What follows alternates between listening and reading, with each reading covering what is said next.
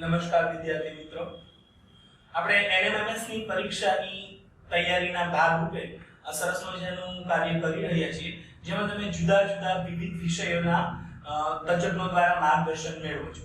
આજે આપણે એનએમએમએસ ની પરીક્ષામાં આવતો એક અગત્યનો પાઠ સામાજિક વિજ્ઞાન વિશે વાત કરવાના છીએ. મિત્રો, તમે સામાજિક વિજ્ઞાન ભણી ગયા છો, ધોરણ 7 માં ભણી ગયા છો. એ તમે જ્યારે તમે ભણતા ત્યારે 7મા ધોરણનું ઓલ્ડ પુસ્તક હતું, જૂનું પુસ્તક હતું, જૂનો પાઠ્યક્રમ હતો. તો આપણે એ રિકોલ કરવા જઈ રહ્યા છીએ. બધી જ વસ્તુ હું જેમ જેમ તમને સમજાવતો જઈશ એમ તમને રિકોલ થતું જશે. તો આપણે શરૂઆત કરતા પહેલા હું તમને મારો પરિચય કરી દઉં. મારું નામ મિહિર ત્રિવેદી છે. હું વેમાર પ્રાથમિક શાળા, તાલુકો સાવલી, જિલ્લો વડોદરામાં એસ્ટાટ આચાર્ય તરીકે કામ કરું છું અને હું વિવિધ લેસન પણ બાયસેક દ્વારા અને જીસીઆરટી ગાંધીનગર દ્વારા જે લેસન આપવામાં આવે છે એમાં ઘણી વખત હું લેસન પણ આપું છું. તો આ મારો એક નમ્ર પ્રયાસ છે અને જેમ બને એમ તમે લોકો આ પરીક્ષા દ્વારા સ્કોરિંગ કરજો. તમે વિદ્યાર્થીઓ એટલી બધી મહેનત કરજો કે આ માત્ર તમારા શિક્ષકોએ સરસ મજાનું ઉમદા ભણાવેલું જ છે, પરંતુ આ જે કાર્ય છે એ આપણે માત્ર રિકોલ કરવાનું છે. ફ્લેશબેકમાં જઈ પાછળ જઈને આપણે આ ભણેલા છે એ યાદ કરવાનું છે અને આપણે એમાંથી સરસ મજાના એમસીક્યુ તૈયાર કરી અને પરીક્ષામાં સરસ મજાનો દેખાવ કરવાનો છે. તો ચાલો આપણે શરૂ કરીએ. બરાબર, આપણે શરૂઆતમાં પહેલો પાઠ આવે છે તમારે સામાજિક વિજ્ઞાનમાં, ત્યારે આવતો બે મહારાજ્યો. તો એમાં કનોજ અને વાતાપી એમ બે મહારાજ્યો વિશેની વાત કરવાની હતી. તો જે કનોજ રાજ્ય છે એ કોના દ્વારા પ્રસ્થાપિત કરાયું ને શું હતું, કેવી રીતે હતું, એને આપણે ધીરે ધીરે જોઈએ. મિત્રો, એક વસ્તુ તમને કહીશ કે તમે બાહુબલી મૂવી જોયું છે ને? કારણ કે બાહુબલી મૂવી જે એવું છે કે એમાં એક એવા રાજાની વાત કરવામાં આવી છે કે જે કાલ્પનિક પાત્ર છે, પરંતુ ખરેખર જો આપણે વિચારીએ તો આપણા ભારત વર્ષમાં પણ એવા કેટલાય મહાન રાજાઓ થઈ ગયા જે બાહુબલી કરતા પણ ખૂબ સમ્રાટ હતા. તો આપણે આવા જ સરસ મજાના એક રાજાની વાત કરવા જઈ રહ્યા છીએ આજે, જેનું નામ છે હર્ષવર્ધન. એ હર્ષવર્ધન સમ્રાટ જે છે એમનો સમયગાળો આપણે જોઈએ તો 606 થી 647 સુધીનો માનવામાં આવે છે અને આ સમયગાળા દરમિયાન તેણે ખૂબ સરસ મજાનો કુશળ વહીવટ ચલાવ્યો, ખૂબ સુંદર કામગીરી કરી અને પોતાના રાજ્યને ખૂબ સારી રીતે, પ્રતિષ્ઠિત રીતે, પોતે એક રાજા છે અને પોતાની પ્રજાનું કેવી રીતે પાલન કરવું, પ્રજાને માત્ર ને માત્ર સુખાકારી નહીં પણ એનું કલ્યાણ પણ કેવી રીતે કરવું, એ પણ આપણે હર્ષવર્ધન સમ્રાટ જે છે એમના જીવન પરથી આપણે જાણી શકીએ છીએ. આપણે એમનું જીવન કવન જોઈએ તો હર્ષવર્ધન સમ્રાટનો સમયગાળો જોયો અને એનું જીવન કવન એટલે કે એમના પિતાનું નામ તો પ્રભાકર વર્ધન અને એમના પિતાનું પ્રભાકર વર્ધનનું અવસાન થતા એમના મોટા ભાઈ જે હતા એ રાજ્યવર્ધન એમણે ગાદી સંભાળી. પરંતુ સમય જતા જે રાજ્યવર્ધન હતા એમનું દગાખોરીને કારણે ગોળ રાજા શશાંક દેવ કરીને એમણે એને ધોખાધડી એટલે આપણે કહીએ છીએ ને કે છેતરપિંડી કરીને, દગો કરીને એમનું એને અવસાન કર્યું અને મૃત્યુ કરાવી દીધું. અને ત્યારબાદ જે રાજ્યવર્ધન હતા એ શશાંક દેવના દગાને કારણે મૃત્યુ થયું ને એની એક બહેન પણ હતી રાજ્યશ્રી, જે કનોજમાં હતા. એમને પણ એક દેવગુપ્ત નામના રાજાએ કેદ કરી લીધેલા હતા અને જ્યારે હર્ષવર્ધન ગાદી પર આવે ત્યારે એનું પ્રથમ ધ્યેય એ જ હતું કે હું મારી બેન રાજ્યશ્રી છે એને હું એ રાજા છે માળવાના રાજા દેવગુપ્ત એમના ઝાંસામાંથી એને મુક્ત કરાવું, એની કેદમાંથી મુક્ત કરાવું. તો એમણે બૌદ્ધ ગુરુઓ, બૌદ્ધ મિત્રો અને કેટલીક જે એમની સેના હતી એને કામે લગાડી અને એને મુક્ત કરાવે છે રાજ્યશ્રીને અને એનું જે કનોજ કરીને જે મહારાજ્ય છે એને સ્વહસ્તક લે છે. કારણ કે જે કનોજ હતું એ રાજા વગરનું, રાજા વિહોણું રાજ્ય થઈ ગયેલું હતું. હવે તમે જાણો છો મિત્રો કે રાજા વગરનું જ્યારે કોઈ એક રાજ્ય થઈ જાય તો એના ઉપર કેટલી વિપત્તિઓ અને કેટલી આપત્તિઓ આવે એના વિશે આપણે જોઈએ આગળ. તો એ કનોજ હતું એને હર્ષવર્ધન રાજાએ સ્વહસ્તક કરી લીધું અને બેનને મુક્ત કરાવી.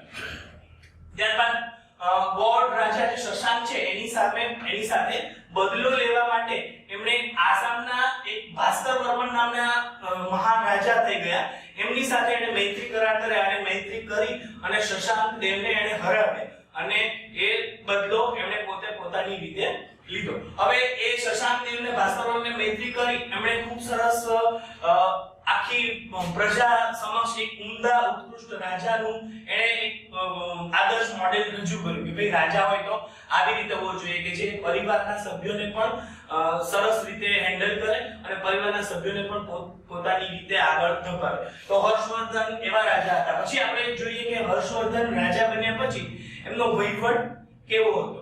તો હર્ષવર્ધન રાજાનો વહીવટ એકદમ પારદર્શી હતો અને એ હર્ષવર્ધને પોતાના જીવન દરમિયાન પોતાનો જે વહીવટ હતો એને 3 વિભાગમાં વિભાજિત કર્યો. એટલે કે આપણી દિનચર્યા હોય છે ને કે સવારે ઉઠીને શું કરીએ, બપોરે ઉઠીને સાંજે શું કરીએ, રાત્રે શું કરીએ, એ બધી જે દિનચર્યા છે તેવી હર્ષવર્ધન રાજાએ પોતાની દિનચર્યાને 3 વિભાગમાં વિભાજિત કરી હતી. તો એ 3 વિભાગ કયા કયા છે? તો એમાંથી એનો પહેલો વિભાગ છે એ સામાન્ય વહીવટ માટેનો એમણે રાખ્યો અને બીજા 2 વિભાગ જે છે એ પ્રજા કલ્યાણ માટે વાપરી નાખ્યા. જે આખા દિવસનો એટલે કે આખા દિવસનો તમે જુઓ તો ત્રીજા નંબરનો ભાગ છે એ વહીવટ માટે રાખ્યો અને પહેલા 2 ભાગ જે છે એ પ્રજા કલ્યાણ માટે વિતાવી દીધા. પ્રજાનું કલ્યાણ કેમ થાય, પ્રજા કેવી રીતે સુખાકારી બને, પ્રજામાં કેવી રીતે સૌહાર્દભર્યું વાતાવરણ જળવાઈ રહે એ માટે એમણે પોતે સતત કાર્યશીલ રહેતા. અને કહેવાય છે મિત્રો કે બુકમાં એમ લખાયેલું પણ છે કે એટલા બધા પ્રજા કલ્યાણના અને સત્કર્મોમાં એ વ્યસ્ત રહેતા તો ક્યારેક તે પોતાનું ભોજન કરવાનું પણ હર્ષવર્ધન રાજા ભૂલી જતા. તો આવો સરસ મજાનો ઉમદા રાજા હર્ષવર્ધન કનોજ રાજાને મળ્યા હતા. ત્યારબાદ જોઈએ કે એમણે સત્કાર્યો અને પ્રજા કલ્યાણમાં ખૂબ જ ઉમદા કાર્ય કર્યું. એમ કહેવાય છે કે જમીન મહેસૂલ જે પ્રથા હતી, જમીન મહેસૂલ જે ખેડૂતો આગળથી લેવામાં આવતી તો એકદમ નજીવો ભાગ એ આખી જે ખેડૂતની જે ઉપજ હોય છે એનો 6થો ભાગ એ ખાલી માત્ર મહેસૂલ માટે હર્ષવર્ધન લેતા. એટલે પ્રજાને તમે જુઓ કે પ્રજાને એક તરફ જો તો પ્રજાને 5 ભાગ મળી રહેતા અને માત્ર 6થો ભાગ જ રાજાને આપવામાં આવતો. તો એટલા ઉમદા હતા. આ ઉપરાંત હર્ષવર્ધન રાજા જે હતા એ સાહિત્યકાર પણ હતા. પોતાની સભામાં બાણભટ્ટ નામના પ્રસિદ્ધ કલાકાર એમની સભામાં હતા અને બાણભટ્ટે ખૂબ સુંદર કૃતિઓ રચી હતી. જેમાંથી એક છે હર્ષચરિત, જેમાં હર્ષવર્ધન રાજાનું સમગ્ર ચરિત્ર આપવામાં આવ્યું છે અને બીજું છે કાદંબરી. તો આ બંને એમની શ્રેષ્ઠ કૃતિઓ છે બાણભટ્ટની, જે હર્ષવર્ધન રાજાના દરબારમાં હતા એમની વાત કરું છું.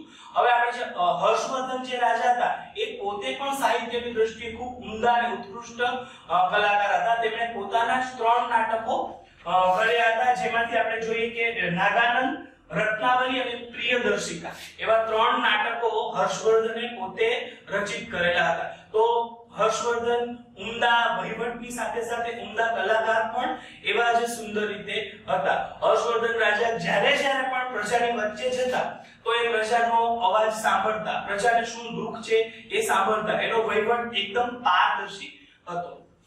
ત્યારબાદ હર્ષવર્ધન એમ કહીએ કે આપણે શિક્ષણની દ્રષ્ટિએ જોઈએ તો એ શિક્ષણ અનુરાગી પણ હતા. એમણે નાલંદા વિદ્યાપીઠને લગભગ 100 ગામો જેટલી એક આપી હતી. તેને 100 ગામોની અસ્કયામત આપી હતી કે 100 ગામો મળી અને નાલંદા વિદ્યાપીઠનો નિભાવ ચલાવતા હતા.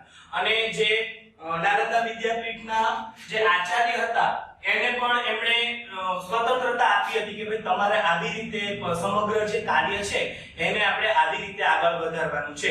હવે શ્રેષ્ઠમાં શ્રેષ્ઠ આપણે જોઈએ કે જે લોહ, સોમલ અને પારાની ભસ્મો દ્વારા જે રસાયણ તૈયાર કરવામાં આવે છે એ એવા મહાન રસાયણશાસ્ત્રી નાગાર્જુન પણ આ નાલંદા વિદ્યાપીઠમાંથી થઈ ગયેલા હતા. તો હર્ષવર્ધને જે નાલંદા વિદ્યાપીઠ સ્થાપી એનો નિભાવ પણ એવો જ વ્યવસ્થિત હતા. અને એના જે આચાર્ય હતા શીલભદ્ર, એમને પણ એને સ્વતંત્રતા આપી હતી કે ભાઈ તમે આ જે નાલંદા વિદ્યાપીઠ છે એને ચલાવો અને તમે એને બેટરમેન્ટ તરફ આગળ. ત્યારબાદ આપણે જોઈએ કે તત્કાલીન નગર વ્યવસ્થા. તો જે નગર વ્યવસ્થા હતી એ કેવી હતી? તો નગર વ્યવસ્થા એ ચોતરફ કિલ્લેબંધીની હતી અને કિલ્લેબંધીના ચારે તરફ મોટા મોટા મુખ્ય દ્વારો હતા. ઉત્તર, દક્ષિણ, પૂર્વ, પશ્ચિમ 4 મોટા મહાદ્વારો હતા અને સમગ્ર નગર છે ચોતરફથી કિલ્લેબંધીથી સુરક્ષિત રીતે ઘેરાયેલું રહેતું. ત્યારબાદ તમે જો કે નગરના લોકો છે એ કેવા હતા? તો એ સાદા વસ્ત્રો ધારણ કરતા હતા. બોલવામાં પણ સરળ હતા, ભાષા પણ એમની સરળ હતી, સુમધુર હતી, કોઈને એકબીજાથી કોઈને ખટગ્રાહ કે ગજગ્રાહ નહોતો, બધા એકબીજાથી પ્રેમથી સુમેળથી રહેતા હતા. જેમ આપણે જાણીએ છીએ એમ સમાજમાં 4 વર્ણો પ્રચલિત હતા કે બ્રાહ્મણ, વૈશ્ય, પછી શૂદ્ર અને જે અન્ય એક જે વર્ગ છે એ આપણે જોઈએ છીએ કે એ પ્રમાણે સમાજના વર્ણો જૂના જે છે એ પ્રચલિત હતા. તો વર્ણ વ્યવસ્થાની સાથે સાથે આંતરરાજ્ય અને બાહ્ય વ્યવહાર પણ વૈશ્યોને હતો, એટલે કે જે સમાજનો ચોથો વર્ગ હતો વૈશ્ય, એ વૈશ્યને એનો સમગ્ર સ્વતંત્ર હવાલો સોંપ્યો હતો. એટલે રાજ્યનો કોઈ પણ વહીવટ જે છે વેપારનો એ કોને કરો તો વૈશ્યો એ સ્વતંત્ર રીતે વેપાર કરતા.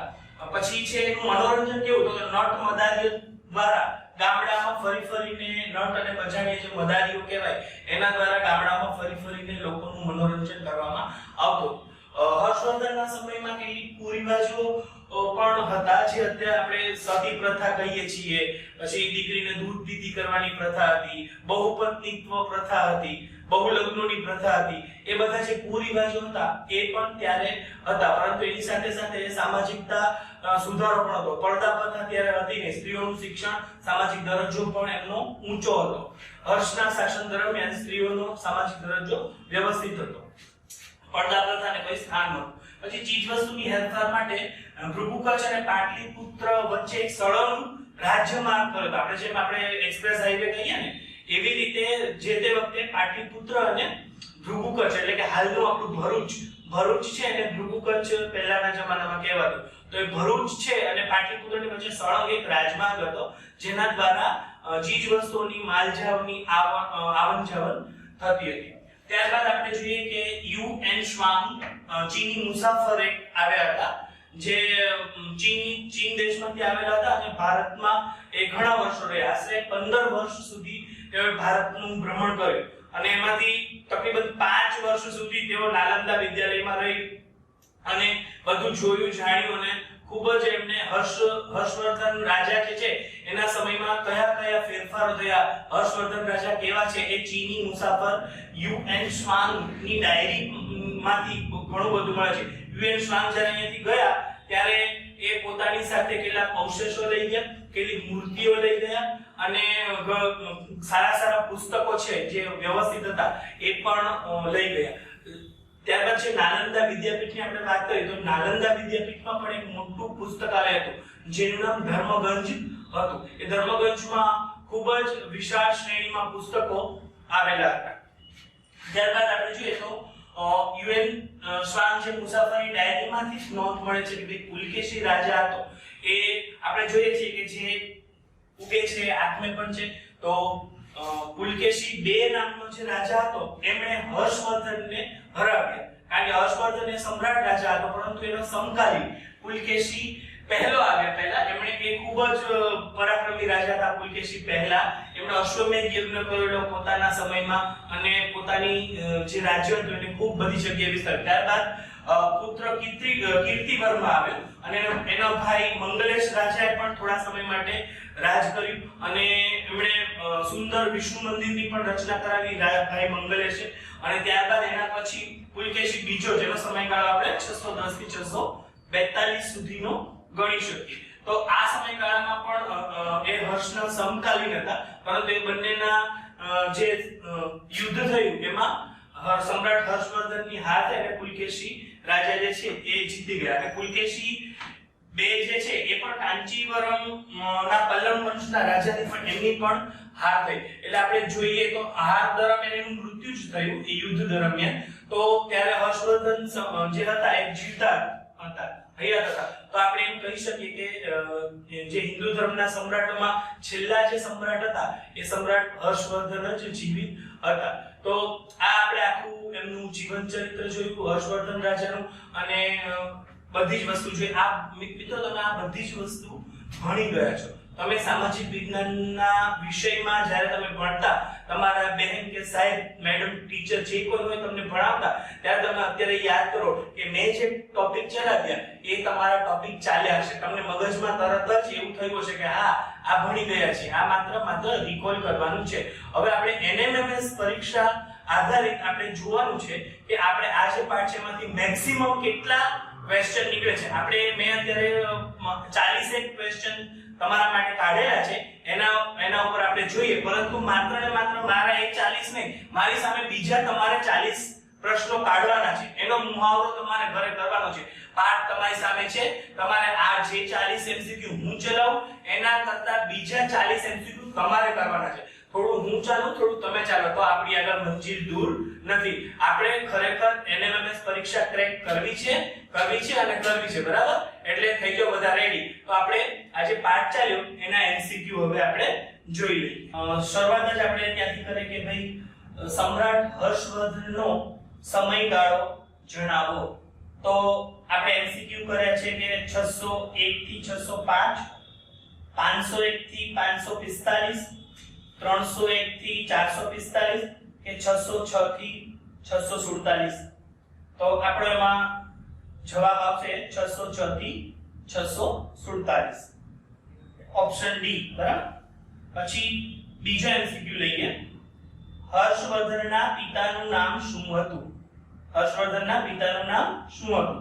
તો ઓપ્શન A છે પ્રભાકરવર્ધન, B રાજ્યવર્ધન, C વિશ્વવર્ધન અને ડી જે છે થાણેશ્વર. તો એમાંથી નામ શું હતું પિતાનું? પ્રભાકરવર્ધન. હર્ષવર્ધનની બહેન રાજ્યશ્રીને કોણે કેદ કરી હતી? ત્રીજો આપણે પ્રશ્ન લઈએ. હર્ષવર્ધનની બહેન રાજ્યશ્રીને કોણે કેદ કરી હતી? તો ઓપ્શનમાં જોઈએ વાતાપીના રાજાએ, કલ્યાણ પહેલાએ, માળવાના રાજા દેવગુપ્તે કે ચંદ્રગુપ્તે. તો આપણે એમાં જોઈશું જવાબ કયો આવશે. ઓપ્શન સી માળવાના રાજા દેવગુપ્તે. માળવાના રાજા દેવગુપ્તે રાજ્યશ્રીને કેદ કરી હતી.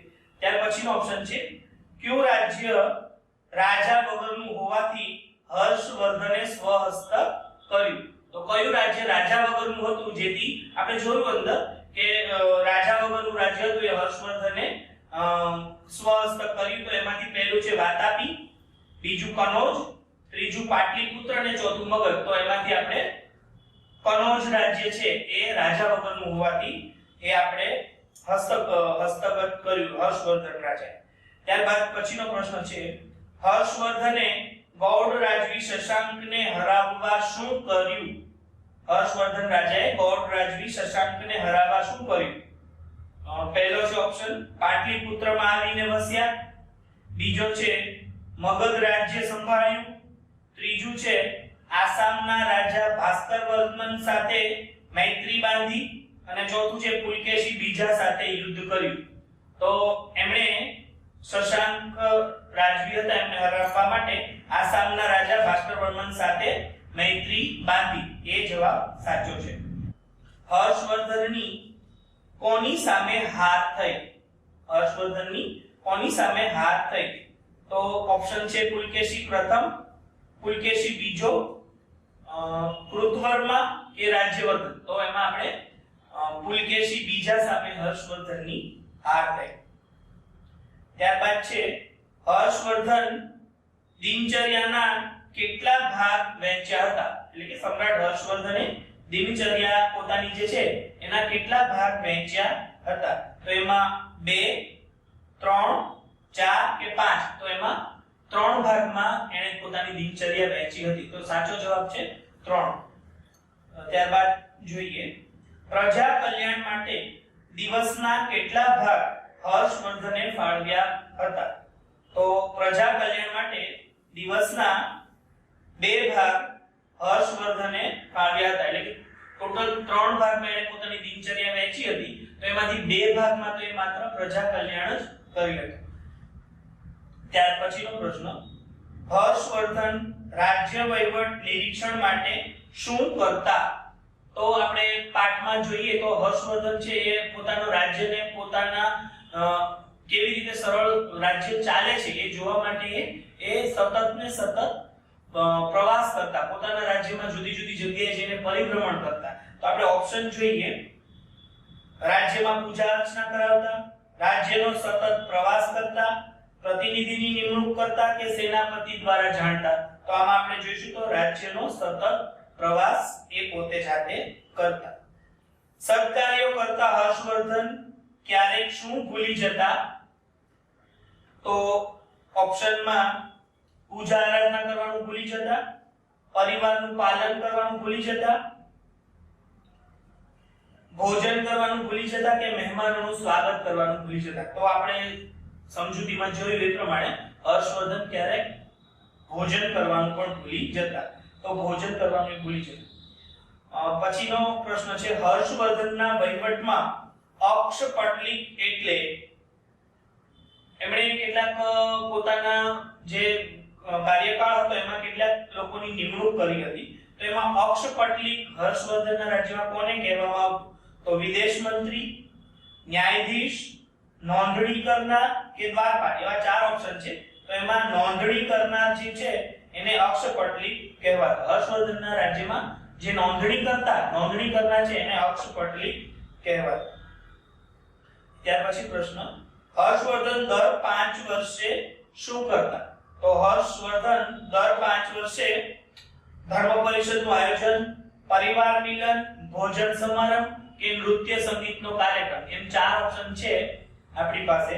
તો એમાંથી હર્ષવર્ધન દર 5 વર્ષે ધર્મ પરિષદનું આયોજન કરતા. એ દર 1 વર્ષે પ્રતિ વર્ષ હર્ષવર્ધન રાજા હતા એ દર વર્ષે ધર્મ સભાનું આયોજન કરતા, પરંતુ પ્રયાગરાજ જે છે એ સ્થાન પર એ પોતે દર 5 વર્ષે આવી એક ધર્મ પરિષદનું આયોજન કરતા. ત્યારબાદ આપણે જોઈએ હર્ષવર્ધનના દરબારમાં સાહિત્યકાર તરીકે કોણ શ્રેષ્ઠ હતા? તો જોઈએ આ ઓપ્શનમાં કાલિદાસ, ગોવિંદ, તાનસેન કે બાણભટ્ટ? તો આપણે જોયું એમ કે હર્ષવર્ધનની બે શ્રેષ્ઠ કૃતિઓની રચના બાણભટ્ટ દ્વારા કરવામાં આવી હતી, જેમાં છે કાદંબરી અને હર્ષચરિત. તો બાણભટ્ટ જે ઓપ્શન છે એ સાચો છે. એ બાણભટ્ટ છે હર્ષવર્ધનના શ્રેષ્ઠ સાહિત્યકાર હતા.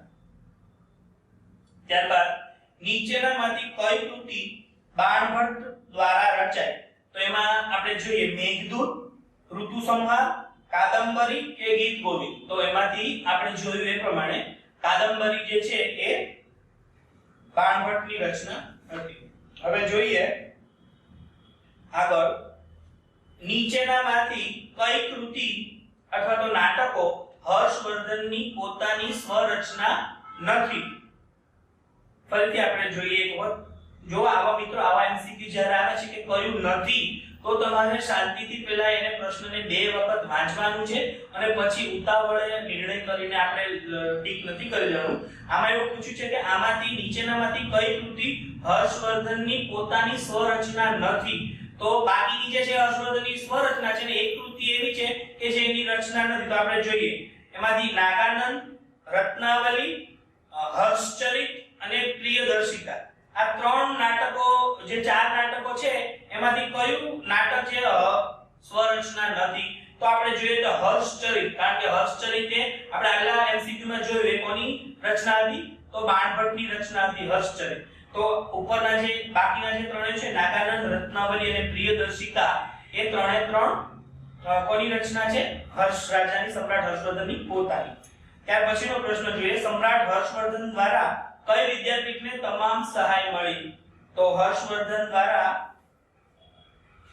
નાલંદા વિદ્યાપીઠને તમામ સહાય મળી. તો એમાં ઓપ્શન આવી રીતે પૂછી શકાય વલ્લભી, નાલંદા, શત્રુંજય કે સારનાથ વિદ્યાપીઠ? તો એમાં નાલંદા વિદ્યાપીઠ છે એને આપણે ઓપ્શન માં રાઈટ કરવાનું છે. પછી ત્યાર પછી જે નાલંદા વિદ્યાપીઠના આચાર્ય કોણ હતા? તો આપણે સમજૂતીમાં જોયું એમ નાલંદા વિદ્યાપીઠના આચાર્ય કોણ હતા? તો એમાં શૂરસેન, મણિભદ્ર, શાલિભદ્ર કે શીલભદ્ર?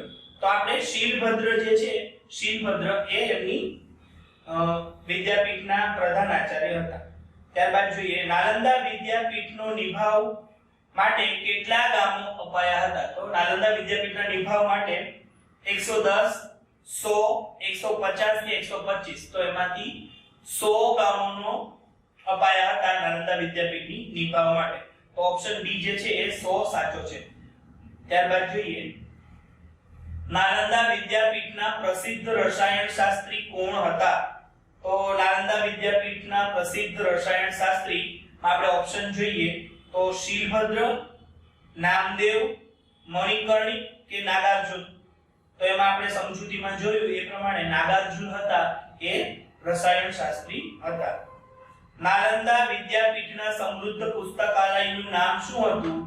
તો નાલંદા વિદ્યાપીઠના સમૃદ્ધ પુસ્તકાલયનું નામ આપણે સમજૂતીમાં જે જોયું એ પ્રમાણે ધર્મગંજ હતું. તો અહીંયા આપણે ચાર ઓપ્શન છે: ધર્મવીર, ધર્મગંજ, ધર્મધ્વજ કે ધર્મધર. જો આવા પરીક્ષામાં સિમિલિયર નામ આપવામાં આવે છે, ખરેખર એવું કોઈ વસ્તુ હોતી નથી, પરંતુ પરીક્ષામાં બાળકોને અથવા તો એનું કઠિનતા મૂલ્ય વધારવા માટે આવા પ્રશ્નો પૂછાય છે જેમાં સિમિલિયર નામ. તો બાળકને એવું થાય કે ધર્મધ્વજ હશે, ધર્મગંજ હશે, શું હશે? તો આમાં આપણે ધર્મગંજ છે. ત્યાર પછી છે ગામડાઓમાં ફરી કોણ લોકોનું મનોરંજન કરતા હતા? તો ત્યારના જમાનામાં ગામડામાં ફરીને કોણ મનોરંજન કરતા? તો એમાં ઓપ્શન છે નટ અને મદારી, બીજું ભવાઈ મંડળ, ત્રીજું નાટક મંડળી કે ચોથું રાજાના દરબારીઓ. તો એમાં નટ અને મદારી જે છે એ લોકો મનોરંજન કરતા હતા. ત્યાર પછીનો પ્રશ્ન જોઈએ હર્ષવર્ધનના સમયમાં જમીન મહેસૂલ ઉપજના કેટલા પ્રમાણે આપવું પડતું? તો હર્ષવર્ધનના સમયગાળામાં જમીનનું છઠ્ઠા ભાગનું જે છે એ ઉપજ આપવી પડતી. આપણે ઓપ્શનમાં જોઈએ કે ત્રીજો ભાગ, છઠ્ઠો ભાગ, ચોથો ભાગ કે પાંચમો ભાગ. તો આપણે સમજૂતીમાં જે પ્રમાણે જોઈએ એ પ્રમાણે હર્ષના સમયમાં છઠ્ઠા ભાગની ઉપજ રાજાના કરમાં એટલે કે મહેસૂલ વિભાગ તરીકે આપવી પડતી. ચીજ વસ્તુના હેરફેર માટે કયા બે શહેરો વચ્ચે સળંગ રાજમાર્ગની સુવિધા હતી? તો જે તે વખતે ચીજ વસ્તુની હેરફેર માટે ધોરીમાર્ગ જે રાજમાર્ગ હતો એ કયા બે શહેરો વચ્ચે હતો? તો આપણે ઓપ્શન છે પાટલીપુત્ર અને મગધ, કનોજ અને વાતાપી, નાલંદા અને વલ્લભી કે ભૃગુ કચ્છ અને પાટલીપુત્ર. તો આપણો જવાબ આવશે ભૃગુ કચ્છ અને પાટલીપુત્ર એટલે કે ભરૂચ અને પાટલીપુત્ર. ત્યાર પછી છે ભૃગુ કચ્છ એટલે હાલનું ભુજ, અમદાવાદ, ભરૂચ કે વડોદરા. તો એમાં જવાબ આવશે ભરૂચ. ત્યાર પછીનો પ્રશ્ન હર્ષવર્ધનના યુગમાં સોનું કયા દેશમાંથી ઘસાઈને આવતું? તો હર્ષવર્ધનના યુગમાં ચીન, બાંગ્લાદેશ, રોમ કે પાકિસ્તાન. તો હર્ષવર્ધનના સમયમાં રોમ જે દેશ છે ત્યાંથી રોમ થી સોનું છે એ ઘસાઈ આવતું. ચીની મુસાફરનું નામ શું હતું? તો એમાં જો ભળતા જ નામ તમને એવા દેખાશે કે તમને લાગશે કે આ નામ છે, પણ ખરેખર એ નામ હોતા નથી. ઓપ્શન જોઈએ આપણે. પહેલું છે યાંગ સેક્યાન, બીજું જિનજોંગ, ત્રીજું મેકોંગ અને ચોથું છે યુએન શ્વાંગ. તો તમે જો આમાં યાંગ સેક્યાન છે એ નદીનું નામ છે, પણ આમાં આપણને એવું લાગે કે ખરેખર ચીની મુસાફરનું નામ છે. પણ આપણે ધીરે નિરાતે શાંતિથી પ્રશ્ન એક વખત બે વાર વાંચવાનો છે અને પછી એને ઉતાવળે જવાબ આપવાનો નથી. તો આમાં યુએન શ્વાંગ છે એ સાચો જવાબ છે, બાકીના ત્રણ ખોટા છે. તો યુએન શ્વાંગ એનો જવાબ છે. આશરે કેટલા વર્ષે યુએન શ્વાંગ ભારતમાં રહ્યા? તો 5 વર્ષ, 15 વર્ષ, 3 વર્ષ કે 20 વર્ષ. તો એમાંથી એ 15 વર્ષ ભારતમાં રહ્યા. નીચેનામાંથી કઈ વસ્તુ યુએન શ્વાંગ પોતાની સાથે ન લઈ ગયા? તો જો એમાં પૂછ્યું છે કે ન લઈ ગયા, તો એમાં હીરા જવેરાત, અવશેષો, પુસ્તકો કે મૂર્તિઓ. તો એમાંથી હીરા જવેરાત જે છે એ યુએન શ્વાંગ લઈ ગયા નથી. એ શું લઈ ગયા છે? અવશેષો, પુસ્તકો અને મૂર્તિઓ. હર્ષવર્ધનના રાજ્યમાં કેટલા બૌદ્ધ મઠો હતા? તો 100, 200, 150 કે 250. તો એમાં 100 બૌદ્ધ મઠો હર્ષવર્ધનના રાજ્યમાં હતા. પુલકેશી પહેલાએ કયો યજ્ઞ કર્યો હતો?